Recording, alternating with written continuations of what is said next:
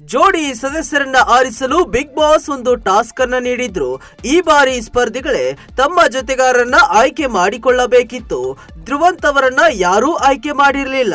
ಕಾವ್ಯ ಮತ್ತು ಗಿಲ್ಲಿ ಮತ್ತೆ ಒಂದಾಗಿದ್ದಾರೆ. ರಾಶಿಕಾ ಸಹಜವಾಗಿ ಸೂರಜ್ ಅವರನ್ನ ಆಯ್ಕೆ ಮಾಡಿಕೊಂಡಿದ್ದಾರೆ. ಈ ವಾರ ಮತ್ತೆ ಜಂಟಿಯಾಗಿ ಆಟ ಆಡಲಿದ್ದಾರೆ ಸ್ಪರ್ಧಿಗಳು. ಕಾವ್ಯ ಗಿಲ್ಲಿಯನ್ನ ಸೋಲಿಸಬೇಕಂತ ರಾಶಿಕಾ ಪಣತೊಟ್ಟಿದ್ದಾರೆ.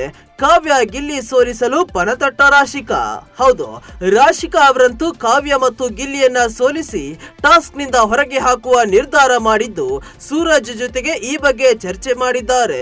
ಕಾವ್ಯ ಕೂಡ ಬೇರೆಯವರನ್ನ ಕಂಪೇರ್ ಮಾಡಿದ್ರೆ ಗಿಲ್ಲಿಗೆ ನಾನೇ ಬೆಸ್ಟ್ ಅಂತ ಅನಿಸುತ್ತೆ ಎಂದಿದ್ದಾರೆ. ಅತ್ತ ರಾಶಿಕಾ ಕೂಡ ಸೂರಜ್ ಅವರು ನನ್ನನ್ನ ಸೆಲೆಕ್ಟ್ ಮಾಡುತ್ತಾರೆ ಅನ್ನೋದು ಗೊತ್ತಿತ್ತು ಎಂದಿದ್ದಾರೆ.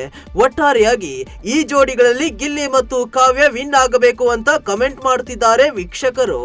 ರಾಶಿಕಾ ಹಾಗೂ ಗಿಲ್ಲಿ ಮಧ್ಯೆ ಮಾತಿನ ಚಕಮಕಿ. ಹೌದು, ಪ್ರೋಮೋದಲ್ಲಿ ನೋಡುವಾಗ ರಾಶಿಕಾ ಹಾಗೂ ಗಿಲ್ಲಿ ಮಧ್ಯೆ ಮಾತಿನ ಚಕಮಕಿ ನಡೆದಿದೆ. ರಾಶಿಕಾ ಕೂಡ ಗಿಲ್ಲಿ ವಿರುದ್ಧ ಅಬ್ಬರಿಸಿದ್ದಾರೆ. ಕಾವ್ಯ ಹಾಗೂ ಗಿಲ್ಲಿ ಫ್ರೆಂಡ್ಶಿಪ್ ಬಗ್ಗೆ ಪರೋಕ್ಷವಾಗಿ ಟಾಂಗ್ ಕೊಟ್ಟಿದ್ದಾರೆ.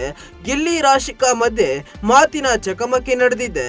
ಕಾವ್ಯ ಅವರು ಒಂದೇ ಪರ್ಸನ್ಗೆ ಸ್ಟ್ಯಾಂಡ್ ತೆಗೆದುಕೊಳ್ಳುತ್ತಾರೆಂದು ಕಾವ್ಯ ಬಗ್ಗೆ ಕ್ಯಾಮೆರಾ ಮುಂದೆ ರಾಶಿಕಾ ಹೇಳಿದ್ರು. ಕಾವ್ಯ ಅವರು ಈ ಬಗ್ಗೆ ಕೂಗಾಡಿ ತಾಕತ್ತಿದ್ರೆ ಬೇರೆಯವರು ಫ್ರೆಂಡ್ಶಿಪ್ ಬೆಳೆಸಿಕೊಂಡು ತೋರಿಸಲಿ ಎಂದು ಅಬ್ಬರಿಸಿದ್ದಾರೆ. ಗಿಲ್ಲಿ ಕೂಡ ರಾಶಿಕಾಗೆ ಈ ಬಗ್ಗೆ ಮಾತನಾಡಿ ನೀವು ಇದ್ರೆ ಕಂಫರ್ಟ್ ಝೋನ್, ಬೇರೆಯವರು ಇದ್ರೆ ಅಲ್ವಾ ಎಂದು ಕೇಳಿದ್ದಾರೆ.